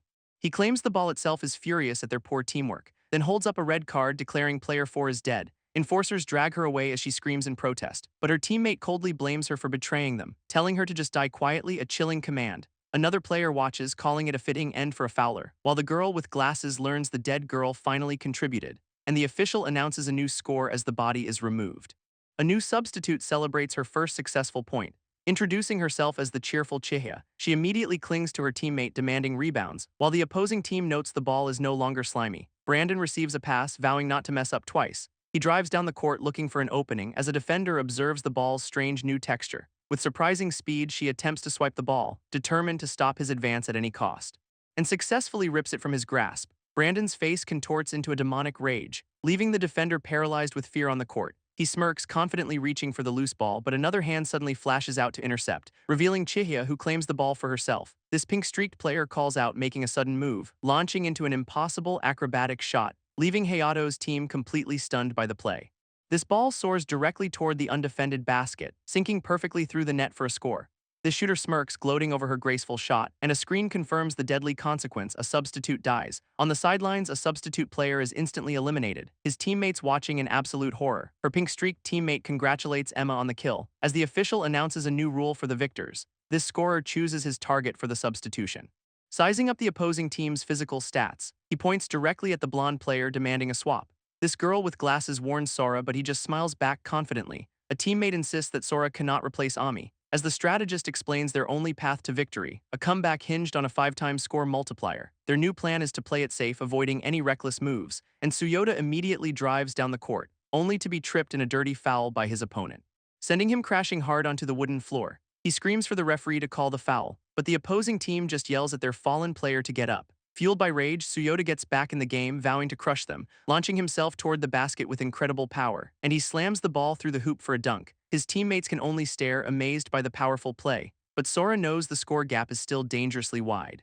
This game restarts with Tsuyoda facing off against his rival once more. A player on the court seethes with frustration, taking possession as she squares up against 2 defenders. She lobs a high pass over the defender's desperate block, but her blue-haired teammate leaps for the ball, drawing a shout. He collides with a pink-haired girl, sending them both tumbling, and as the ball bounces free, a green-haired player moves to intercept it. Catching it under the hoop, he declares he is open for a shot, only for a pink-haired opponent to dive down from above. Her face a mask of pure unhinged fury. Crashing into the shooter, she commits a blatant foul. This green-haired player clutches his face in pain from the impact, while she complains about the foul call, calling it minor. His blonde teammate rushes over, asking if he is okay. Taking possession, she prepares to inbound the ball, placing the glowing orb on the ground to restart the play.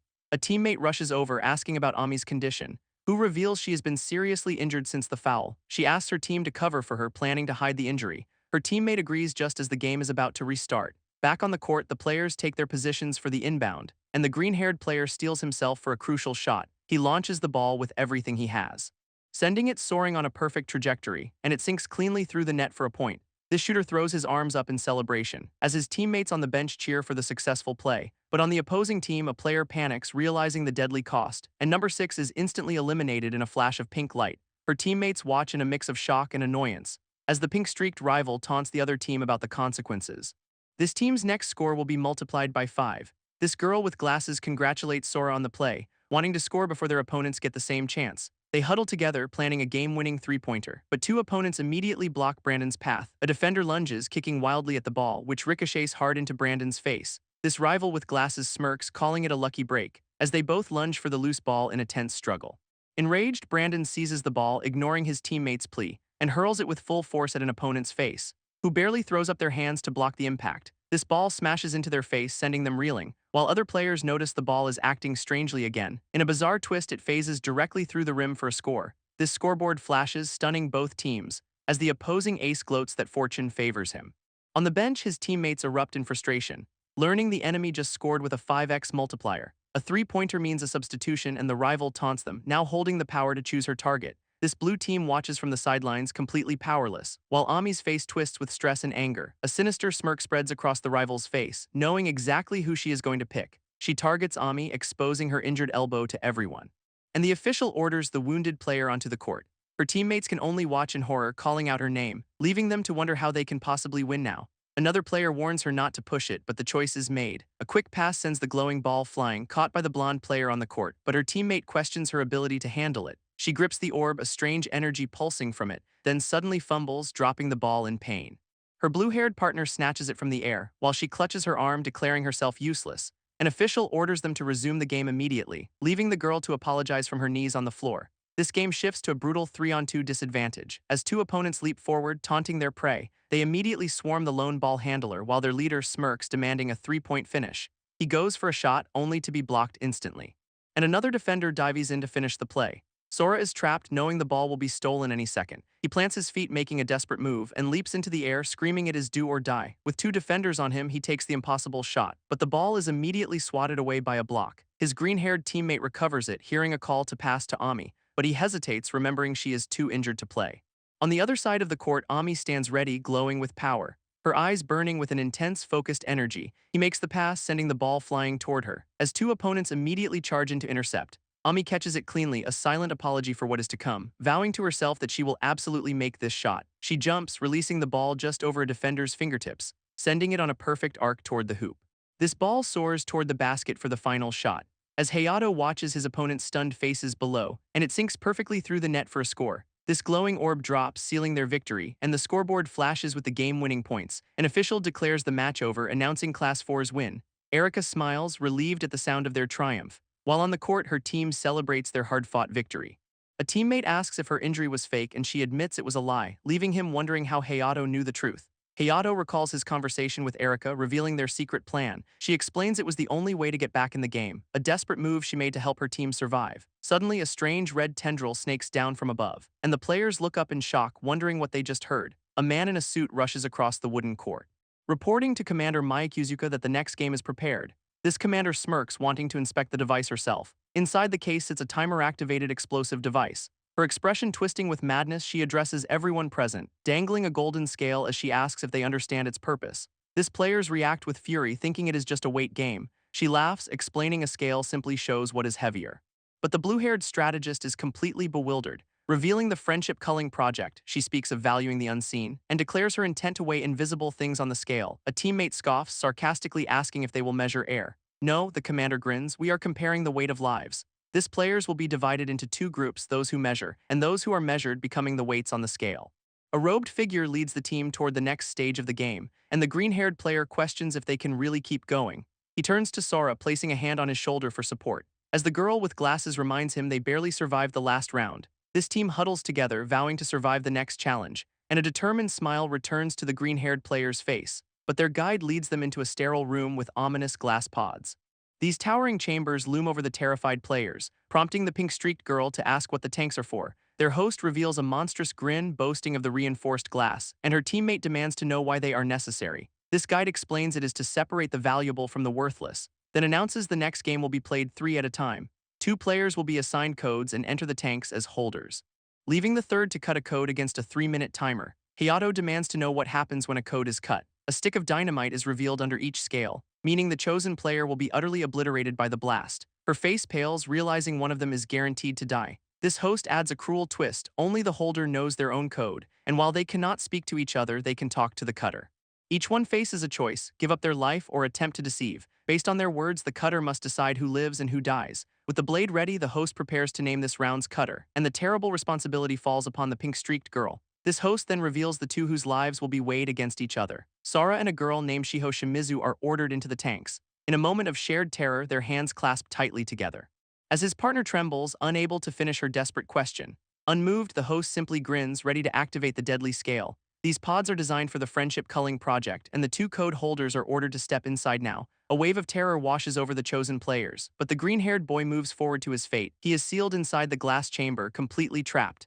Meanwhile, the cutter is directed into a separate code box, where only the holders will be told their secret code colors. Their faces appear on monitors, the game now on display. As the rest of the team watches in helpless horror, each holder receives their assigned color, a secret they must keep, while a 3-minute timer appears before the cutter's eyes. This host grins, warning that failure means losing them both, then gleefully announces the start of the bomb timer. She understands the terrible choice she must now make, deciding which of her two friends lives or dies. Trapped in a glass pod, Sora desperately calls out to Ami, his face twisting as he orders her to cut the red code. Stunned, Ami sees a timer suddenly appear on her forehead, its numbers ticking down as she glances away in confusion. Her gaze falls on Shiho, trapped in the second pod, who desperately gives her the exact same command. Ami reels in shock as the timer continues its relentless countdown. While her teammates question why both are claiming to be red, this blonde player just smirks at their naive confusion, revealing one is lying to have the other eliminated. A teammate cries out, refusing to believe the cruel reality, insisting that Sora and Shiho would never betray one another. But the cynic reminds her that survival always comes first. From their pods, both trapped players scream for her to cut red, leaving Ami to realize one of her friends is lying to survive.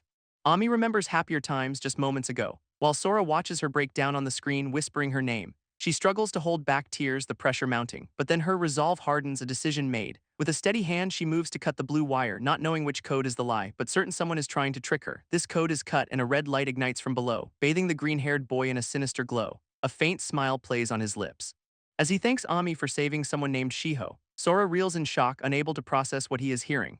His teammate explains Sora's gambit was to save Shiho, deliberately forcing Ami to cut the blue wire instead. Now she runs in terror as the consequences of her choice unfold. An explosion warning flashes as Ami runs toward Sora's pod. He smiles, saying they are even now since she also lied. In the other pod, Shiho screams in absolute horror, their hands meeting on the glass for a final tragic goodbye. Sora asks her to live for his sake as well, giving a final thumbs up with a loving smile. Then the pod erupts in a blinding flash of light, and Shiho can only scream his name in anguish. A bloody smear is all that remains as an automatic cleaning begins, washing away every last trace of their friend. This system announces the cleaning is complete, the door now opening. Shiho stumbles out, completely shell-shocked by the sacrifice, and Ami rushes to her side, catching her as she nearly collapses. But there is no time to grieve, the next holders are already chosen. And this time the host points the blade at Hayato, naming him the cutter. This host points the blade, choosing the next cutter, and the terrible responsibility falls upon Hayato. Two more players are called to the pods, their lives now on the line, as Naohiko calmly addresses his teammate Brandon. This muscular player turns back, completely confused. But Naohiko just offers a strangely confident smile. Brandon demands to know what he is talking about. Naohiko explains that until now everyone has helped him, remembering how his teammates saved him during the last game. He tells Brandon to survive and keep helping the others, leaving his friend stunned by the ominous farewell. Hayato watches on, sensing something is terribly wrong. A sudden flashback shows a gray-haired student holding a book, taunting Hayato before dropping it from above.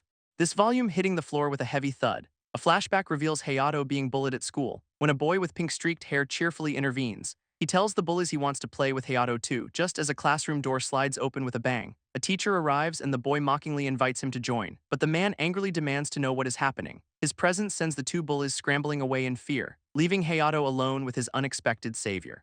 This boy just yawns, calling the whole situation boring. In the present, Hayato remembers how Naohiko saved him then. Now a new game begins as the host reveals the secret codes, pitting Naohiko against a blonde teammate in the pods. This time Hayato is the cutter, a 3-minute timer on his head, and the host cackles as the deadly countdown begins. Hayato immediately asks Naohiko why he is trying to sacrifice himself. A new player recalls her miserable and lonely school life, where her blunt personality left her unable to make any friends, but she eventually found true happiness in the bonds with her team.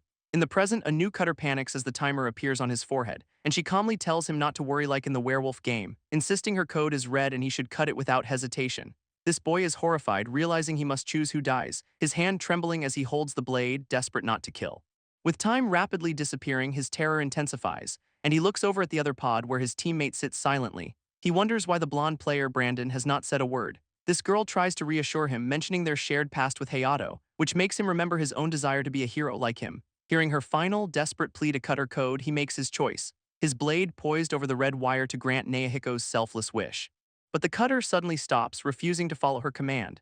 Realizing this is not a game about simple obedience, it is a cruel test of weighing the value of human lives. This cold logic reminds him of a man named Makuzuka, and with the timer ticking down, he knows an action kills them both. His resolve hardens, determined to make the choice on his own terms. He considers who would be a better ally for the future, weighing Naohiko's selflessness against Brandon's silent strength. This blade hangs between them, a symbol of his impossible decision. Until with only 30 seconds left, he finally chooses. Apologizing to Brandon, he moves his blade to the blue wire instead. A system announcement confirms the cut as a red light ignites. Naohiko looks up in utter disbelief, her face bathed in red, pounding on the glass as the cutter watches his mistake unfold. Their teammates can only stare in horror, completely stunned. Brandon explodes with rage, demanding to know what is happening.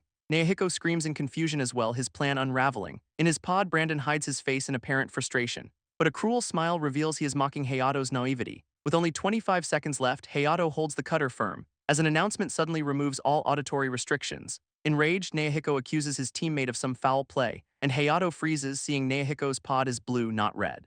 A triumphant laugh echoes from Brandon's red-lit pod, taunting them by finally revealing he is the red code. Furious, Naohiko demands to know what he whispered to Hayato, but Brandon retorts that he remained completely silent. Naohiko desperately tries to activate a power, shouting to connect, which triggers a memory for Hayato of Naohiko's past praise, revealing his true motive all along was simply to survive. Brandon smirks, calling Naohiko a bad actor. A violent thought flashes through his mind to kill them all. As the game ends and the automatic cleaning cycle begins, this cutter drops from Hayato's hand, the choice finally made. From his pod, Brandon steps out, the sole survivor of the round. While a shaken Hayato emerges from the cutter's booth, he asks when Brandon realized Naohiko's sacrifice was a performance, and Brandon coldly states he knew before they even entered the pods. He recalls Naohiko's gleaming eyes, a classic sign of a liar. With a flick of his lighter, he prepares to explain the deception, calling the entire self-sacrifice ploy just terrible acting. He confronts Hayato, deducing Naohiko's gambit to get him eliminated, grabbing his chin while saying he knows Hayato is not a killer. But for some reason, Hayato still made a deadly choice, reminding him that he tried to kill him, a fact he must never forget. Brandon reminds the boy of the massive debt he now owes, who shudders, recalling he almost chose a selfish monster. His thoughts drift to the teammate he wronged, admitting to himself that he tried to have him killed. Suddenly, a white-haired man appears, grabbing his head, questioning if he truly fulfilled his role without error. An announcement then summons Commander Makuzuka to the monitoring room, prompting him to call for a brief break in the proceedings. He casually walks away, reaching into his coat, then pulls out a phone with a menacing glare. Answering the call, he angrily questions the summons, but a voice on the line explains it is an order from headquarters. Makuzuka agrees to head over immediately, only to find a student standing right behind him. He glares at the girl, demanding to know what she is holding. This white-haired figure questions the woman's unauthorized actions, who stammers that the subject's condition is important for the project, but the figure's menacing glare shows their disapproval. They walk away, mocking her for acting without orders. Meanwhile, Hayato is lost in a memory of a peaceful classroom, where a friend offers a piece of her lunch as a kind gesture, and a girl named Mai happily accepts the food. Nearby, Naohiko sits alone at his desk, sipping a drink, a vision of a time before the deadly games began. Another student cheerfully offers Hayato a bottle, a symbol of their bond, but the memory suddenly twists into a terrifying nightmare. As the faces of his fallen friends surround him with empty eyes, their silent voices ask if they truly had no choice but to perish. Overwhelmed by guilt, Hayato collapses, whispering apologies, trapped by the ghosts of his choices, believing he was helpless. Hayato's mind shatters, screaming he did not want to die either. Collapsing to the floor in a wave of guilt and apologies, his desperate cries twist into self-loathing, and a blonde teammate rushes to his side with water. He looks up at his concerned friends, completely lost. When an announcement suddenly summons them to Classroom 20, this team moves together down the sterile hallway, where Makuzuka waits for them with his back turned. He turns, a zero timer on his head and a cold look in his eyes, prompting Brandon to question the strange contacts he is wearing. This commander takes a single, deliberate step forward. As a timer suddenly appears on Hayato's head, his eyes glowing. This world seems to glitch and distort around the students, transporting them instantly to a room full of bodies, a morgue. An anatomical model welcomes them to the next twisted lesson. An announcement reveals the next class will be held in virtual space, which makes Brandon question why the white-haired man has numbers on him. In the monitoring room, a staffer questions the commander's motives, while another complains about the flawed game design forcing a death. At the head of the table, a director figure sits in grim silence, as one of his subordinates urges him to make a decision now. Another agrees, stating Makuzuka's actions are unforgivable, calling the experiment meaningless and demanding his removal. This director hesitates, fearing Makuzuka's unpredictable reaction if dismissed, just as a woman presents the grim details of his next designed class. With a cold glare, the director decides Makuzuka will be the next test subject. This commander is enraged by this sudden turn of events, but a subordinate explains they need data from a commander for their samples, presenting a file on a student who has survived so far. Makuzuka scoffs at this, fragile boy being the optimal solution. Makuzuka's superior sits in silent judgment, presenting a vial he calls the optimal solution for the project. He suspends Makuzuka's command until he wins the next game, an order that comes directly from headquarters. With a smug smile, he wishes the disgraced commander luck, whispering the title former commander as a final insult. This superior then announces he will be participating in the game himself, and Makuzuka reveals his chosen opponent is Hayato. This declaration leaves Hayato and the others completely stunned. A teammate steps forward, vowing revenge for someone named Sora, as the students are escorted to a new location. Brandon sits down, believing they will just be spectators, but a giant blank screen suddenly activates before them. A new rule is revealed, allowing non-players to act as supporters. He realizes with a grim look that they will not be watching passively. This students wonder who will support Makuzuka. When a bright light suddenly appears, revealing 3 staff members volunteering for the role, a blonde girl recognizes them from earlier, knowing full well their lives are now at risk. A wolf-like being claims they share responsibility, and the trio confirms their decision to join the game. Back in the classroom, the two sides face off. A new rule is announced: supporters get special cards, their use tied directly to life or death conditions. This means the players now hold their supporters' lives in their hands. This blonde teammate erupts in anger at the twisted rules, refusing to trust Hayato, who almost got him killed before. Hayato agrees with the accusation, unable to bear that responsibility again, as the memory of his own murderous impulse paralyzes him. The students stare at a blank, glowing screen. It reveals their release conditions, sparking a flicker of hope. Brandon confirms they can be freed by meeting certain requirements, but their freedom depends entirely on Hayato's victory. Makuzuka's team has different stakes, with his reinstatement on the line. A teammate whispers that this is their chance to escape the commander's grasp. Hearing this, Brandon scoffs that they finally see the danger. Another girl vows they will defeat him and all survive together. Suddenly, a cold smirk crosses Hayato's face. He chillingly suggests that against Makuzuka they might lose. With a twisted grin, he adds that everyone might die. This blonde girl slaps him across the face, shocked by his words. She furiously demands to know if he feels any remorse for the fallen. Grabbing his collar, she reminds him they survived by sacrificing others. Her final plea invokes his sister, questioning if he has forgotten her. This anatomical model gestures to the students in the red-lit morgue. As an announcement warns that the corpses are making noise, suddenly a loud bang echoes from one of the morgue drawers, leaving 2 students staring in absolute shock. Hayato's mind flashes to a simpler time, longing for a normal life. A daily routine before Makuzuka's arrival shattered it all. For his part, the commander declares he will settle this quickly to regain his position. But Hayato is just as determined to be the one who returns.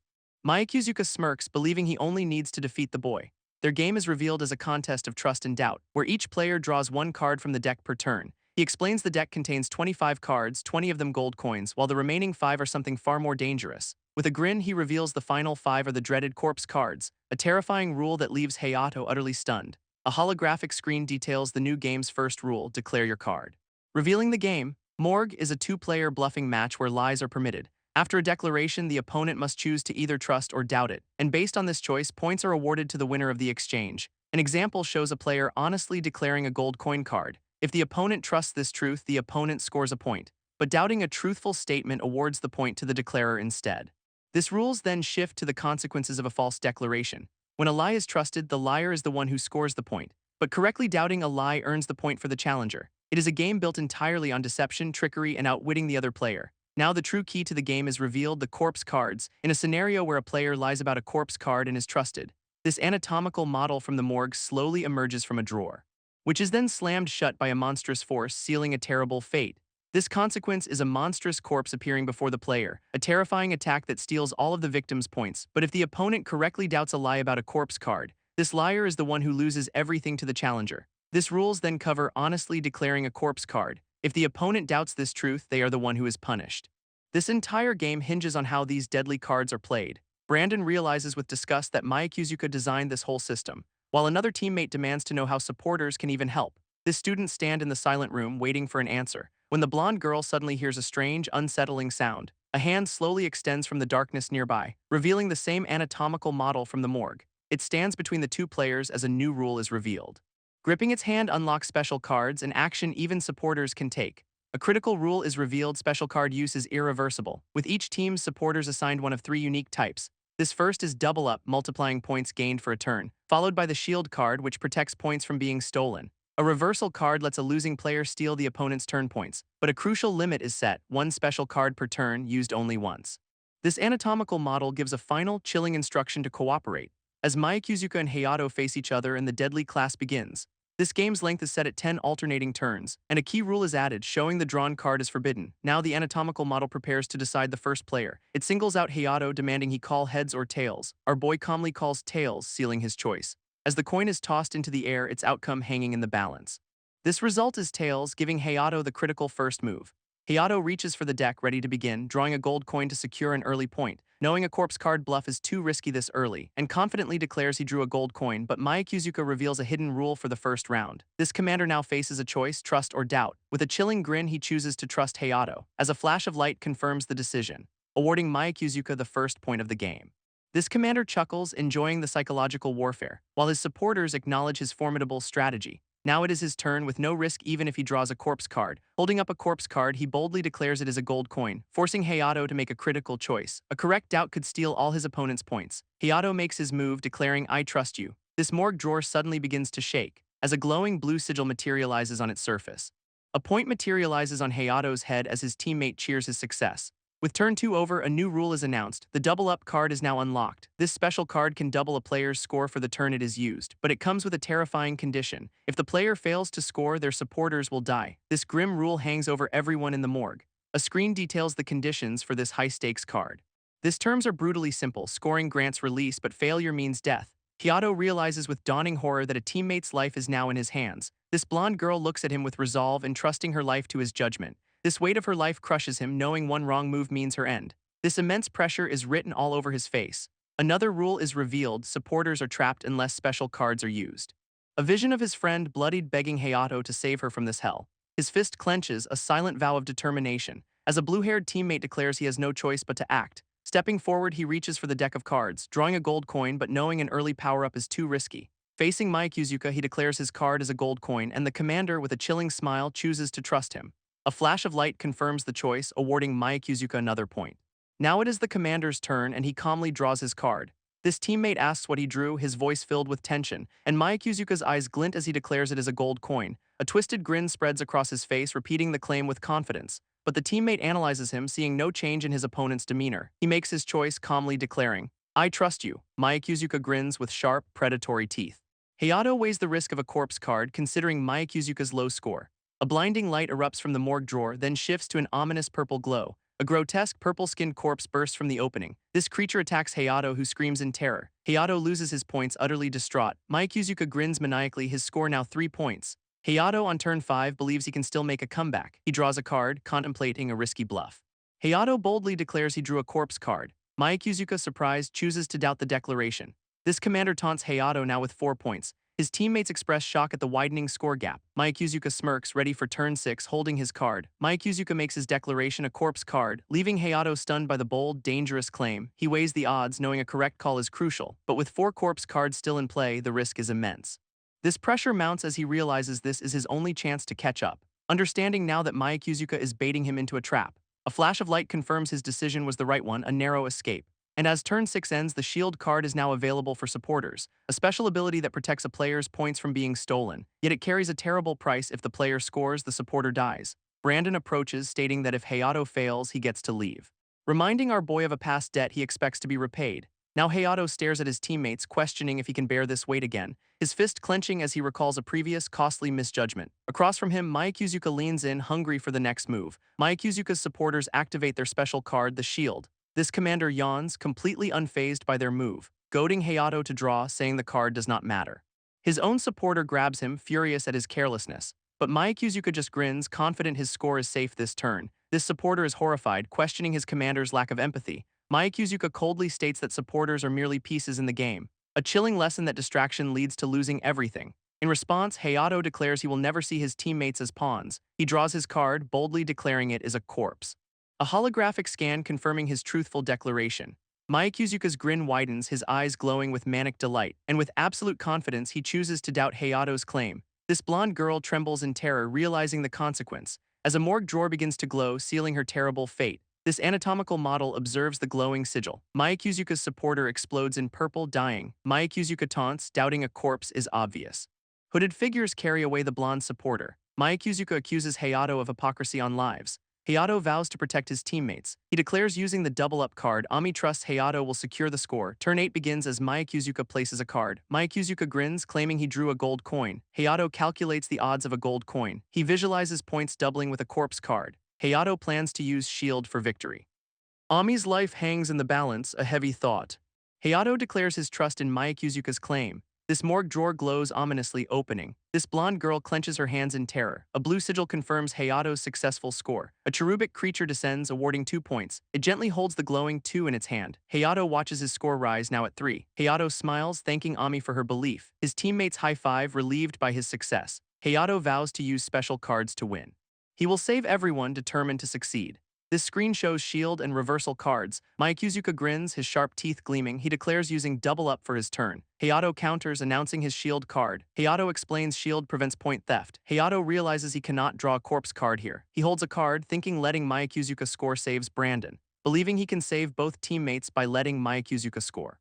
Hayato then reveals his card, declaring it a corpse. A holographic scan confirms his truthful declaration, showing the corpse. Makuzuka considers knowing Hayato's points are shielded if he trusts. His face contorts, realizing doubting would steal all his points. This anatomical model watches as Makuzuka weighs the deadly choice. Makuzuka, with a wide, predatory grin, declares, "I doubt you." This commander explains the consequences of Hayato's deceptive play. Hayato understands the complex outcomes of Makuzuka's decision.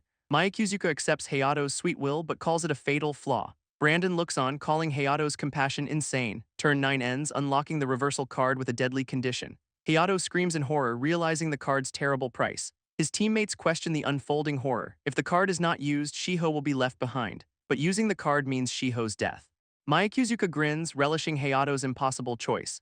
He calls it a penalty for incompetence, urging struggle. Shiho desperately yells for Hayato to use reversal. She points at Makuzuka, demanding he kill the demon. Hayato, distressed, insists he cannot do such a thing. Makuzuka smirks, finding Hayato's refusal impossible. Shiho urges him to think, explaining reversal evens the score. Our boy, with a shadowed face, quietly apologizes to Shiho. He reiterates his anguish, unable to kill his teammate. Shiho smiles sadly, understanding Hayato's true nature. She makes a final plea, defeat Makuzuka, avenge Sora. Hayato stares, distraught, as Shiho's hand reaches out to him. Shiho pleads, demanding he not waste her life. Hayato watches, the reversal card now active. Makuzuka scoffs, labeling Hayato a fool. Holding a card, Makuzuka declares gold coin. Hayato calculates remaining cards, odds against him. A fierce determination ignites in his eye. Hayato clenches his hands, feeling immense pressure. Shiho's words echo, survival is everything. Makuzuka taunts, questioning his resolve. Hayato's eyes glow, asserting nothing is lost. He searches for another way, looking at Shiho. Shiho offers a sad, resolute smile. Hayato realizes he cannot sway her resolve. His gaze hardens, accepting Shiho's will. Hayato clenches his fist, making his own resolve. Hayato vows to Shiho, then doubts Makuzuka's claim. Shiho glows, thanking Hayato for his choice. Makuzuka screams, shocked by his score. His commander taunts Makuzuka's denial of teammates. This hooded commander stands, wielding a scythe. Makuzuka yells, "What?" in furious disbelief. A deadly scythe swings downward, glowing. This scythe strikes Makuzuka, enveloped in energy. Makuzuka explodes in pink, declaring it is over. His head dissolves into pink particles, teeth visible.